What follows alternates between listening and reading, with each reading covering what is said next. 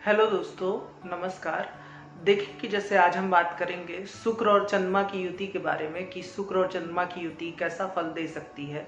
तो देखें कि सबसे पहले तो मैं आपको एक बात बताना चाहूँगा कि आप ये ध्यान में रखिए कि कोई भी युति ना तो पूर्णता बहुत अच्छी होती है, ना पूर्णतया बहुत खराब होती है। हाँ, कुछ युति हो सकती है जो काफ़ी हद तक खराब हो या बहुत हद तक अच्छी हो, लेकिन हर युति में अपने कुछ अच्छे गुण और कुछ दोष भी होते हैं।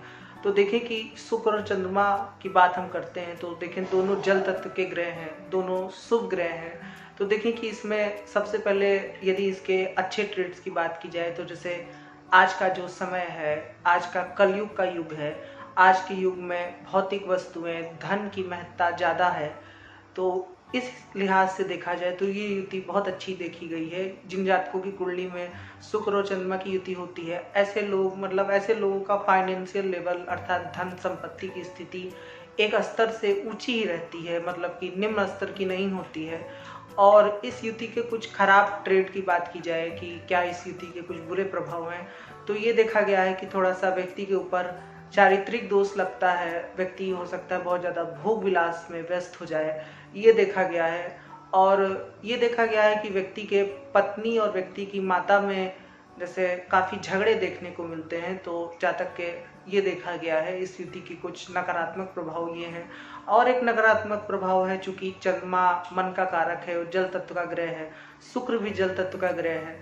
तो जब जल तत्व की अधिकता अधिक हो जाती है और यदि आपका लगन भी जैसे जल तत्व का ही लगन है, तो फिर व्यक्ति बहुत ज़्यादा भावुक हो जाता है। तो आप प्रैक्टिकल रहें। तो अब बात करते हैं कि ये युति कहाँ पर हो, किस राशि में हो तो बहुत अच्छा फल देती है। तो देखें कि ये युति यदि जैसे मीन राशि में है या फिर मीन राशि के बाद कर्क राशि में है, क्योंकि जल तत्व के ग्रह यदि जल तत्व राशि में जाएंगे तो वो अच्छा माना जाएगा।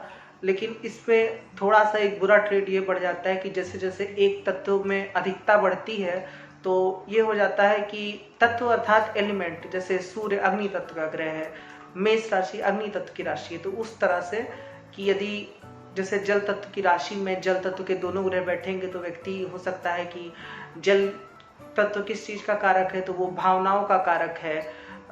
सहानुभूति, करुणा, दया, तो ये सब चीजें व्यक्ति में हो सकता है बहुत ज्यादा बढ़ जाए। तो ये देखा गया है। तो ये युति लेकिन फिर भी मीन राशि में है तो बहुत अच्छा माना गया है। मीन राशि वैसे ही शुक्र की उच्च राशि होती है, तो ये अच्छा माना गया है। और यदि कर्क में हो तो भी ठीक है। और पृथ्वी तत्व की राशियों में ये युति अच्छी मानी गई है।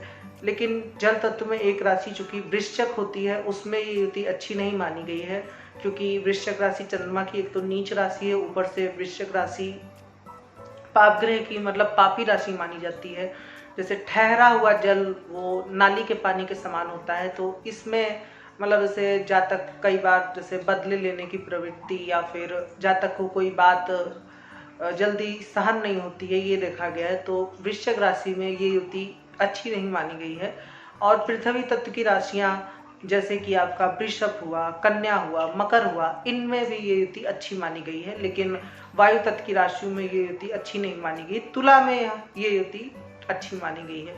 अब बात करते हैं कि किस भाव में ये युति हो तो वो अच्छी मानी गई है। तो देखें कि ये युति यदि पंचम भाव में या चतुर्थ भाव में है तो बहुत अच्छा माना गया है। और दशम और नवम भाव में भी अच्छी मानी गई युति। एकादश भाव में शुक्र के लिहाज से थोड़ा सा ये युति कमजोर है, लेकिन फिर भी एकादश में भी ये युति को हम अच्छे में कंसीडर करेंगे। लग्न में ये युति अच्छी है। व्यक्ति बहुत सुंदर होता है और व्यवहार भी अच्छा करता है। बस थोड़ा सा वो बहुत भावुकता में ना पड़े और थोड़ा प्रैक्टिकल रहने का प्रयास करे तो ये युति अच्छी मानी गई है। देखें कि इसमें एक बात का आप विशेष ध्यान रखें कि जैसे बहुत लोग युति देखने पे ग्रहों के मध्य जो डिग्री का अंतर होता है उसको देखना भूल जाते हैं। हमारे पास जैसे कमेंट आया करता है ये युति है लेकिन हमको ऐसे इसके इतने शुभ फल नहीं मिले। तो डिग्रियों का अंतर जरूर देखें। वैसे किताबों में तो दीप्तांश करके एक कॉन्सेप्ट आता है जिसमें वो दोनों ग्रहों से 2 का भाग दिया जाता है, लेकिन आप उतना कॉम्प्लिकेटेड डीप में मत जाइए। मोटा माटी आप इस चीज को इस तरीके से समझिए कि यदि दोनों ग्रहों के मध्य 5 डिग्री से कम का अंतर है तो ये स्ट्रॉन्ग युति में आएगा।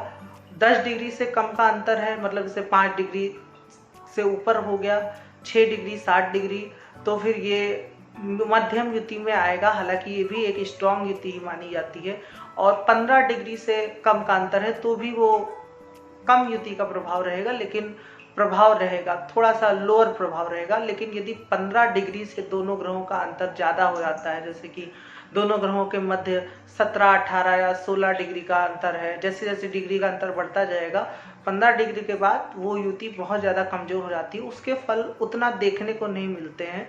तो इस चीज़ का ध्यान रखिए, जब भी कभी किसी ग्रह की युति देखिए तो उन दोनों के मध्य की डिग्रियों का अंतर जरूर देखें, उसके बाद ही आप युति के फल को देखने की कोशिश करें, समझने की कोशिश करें। देखें कि अब बात करते हैं कि क्यों ये युति अच्छी मानी गई है फाइनेंस के लिए और बाकी चीज़ों के लिए। तो देखें कि शुक्र आपका भोग विलास का ग्रह है, शुक्र शुभ ग्रह माना गया है, मौज मस्ती का ग्रह है, कला संबंधित ग्रह है। और चंद्रमा भी शुभ ग्रह माना गया है, यदि वो चंद्रमा पूर्णिमा का हो तो और अच्छी बात है।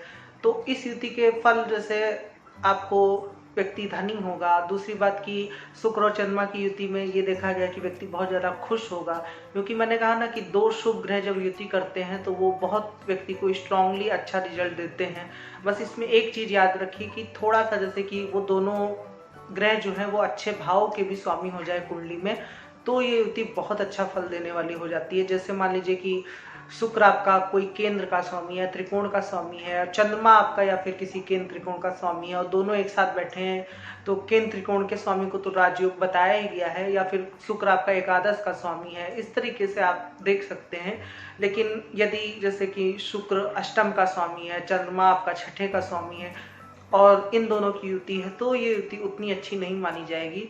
लेकिन धन संपत्ति के लिए एक ये आप नोट करके लिख लें कि ये जब भी धन का विचार करें और यदि किसी कुंडली में शुक्र चंद्रमा का योग है तो ये धन संपत्ति के लिए बहुत अच्छा योग बताया गया है, ये देखा गया है। ऐसा व्यक्ति मतलब कला क्षेत्र में जाता है, ऐसा व्यक्ति बहुत अच्छा एक्टर भी होता है, मतलब कि कोई जरूरी नहीं कि वो फिल्म इंडस्ट्री में ही जाए तो ही वो एक्टिंग कर पाए, वो अपने सामान्य जीवन में हो सकता है कि कई व्यक्तित्व को जी रहा हो, ये भी देखा गया है। और इस युति में व्यक्ति अच्छी कविताएं लिखता है, शायरी लिखता है, ये देखा गया है, क्योंकि शायरी या कविता हम मन से या कल्पना से ही लिख पाते हैं और जब ये दोनों ग्रह साथ में होते हैं तो व्यक्ति बहुत अच्छी कल्पनाएं करता है और इसको लिखता है। तो कुल मिला के इसलिए ये युति बहुत अच्छी बताई गई है। और यदि ये युति जैसे मीन राशि में हो, जैसे हमने बात की ही, चतुर्थ भाव में हो, चतुर्थ भाव में ये युति इसलिए अच्छी मानी गई है क्योंकि चतुर्थ भाव में इन दोनों ग्रहों को काफ़ी दिग्बल मिलता है। और शुक्र यदि चतुर्थ भाव में चंद्रमा के साथ हो और शुक्र यदि शुभ भाव का स्वामी हो तो बहुत ऐसे जातकों को, मतलब ऐसे जातक की काफ़ी धन संपत्ति होती है, उनके पास लग्जीरियस गाड़ियाँ होती हैं, क्योंकि शुक्र लग्जरी का कारक है। इस पे बस एक बात ध्यान रखिए कि कोई पाप प्रभाव ना पड़े, जैसे शनि की दृष्टि ना पड़े अब इतनी अच्छी युति में, या फिर किसी अग्नि तत्व ग्रह की युति ना हो। अगर वो अग्नि तत्व का ग्रह आपका शुभ भाव का स्वामी है तब तो वो चल जाएगा, लेकिन यदि जैसे अष्टमेश होके कोई पाप ग्रह आप इस युति को देख रहा है तो ये युति का जो अच्छा प्रभाव है वो कम हो जाता है और बैड इफेक्ट मिलना शुरू हो जाते हैं, ये देखा गया है चार्ट में। तो कुल मिलाकर के हमने शुक्र और चंद्रमा के बारे में बात की आज। आगे हम फिर किसी और युति के बारे में बात करेंगे जो काफ़ी फेमस हो, चर्चित हो, या फिर आप लोग किसी युति के बारे में कहेंगे कि इस पे वीडियो बनाइए तो मैं उस पे वीडियो बना दूंगा। मोटा माटी है इसमें कुछ बातों का जैसे ध्यान रखने योग्य है कि व्यक्ति थोड़ा सा अपने चरित्र पे ध्यान दे। मीन राशि में वैसे ही मीन राशि को भोग भाव मतलब काल पुरुष के 12वें भाव में मीन राशि पड़ती ही है, तो मीन राशि में यदि युति है या शुक्र भोग विलास का कारक ही माना गया है तो व्यक्ति बहुत ज़्यादा इन सब चीज़ों में लिप्त ना हो, थोड़ा सा वो ईश्वरीय भक्ति और समाज में प्रैक्टिकल रहे, बहुत ज़्यादा लोगों की बात को दिल पर ना ले ले। बाकी इस युति के बारे में तो हमने बात की ही कि फाइनेंशियल एस्पेक्ट से युति बहुत अच्छी मानी गई है।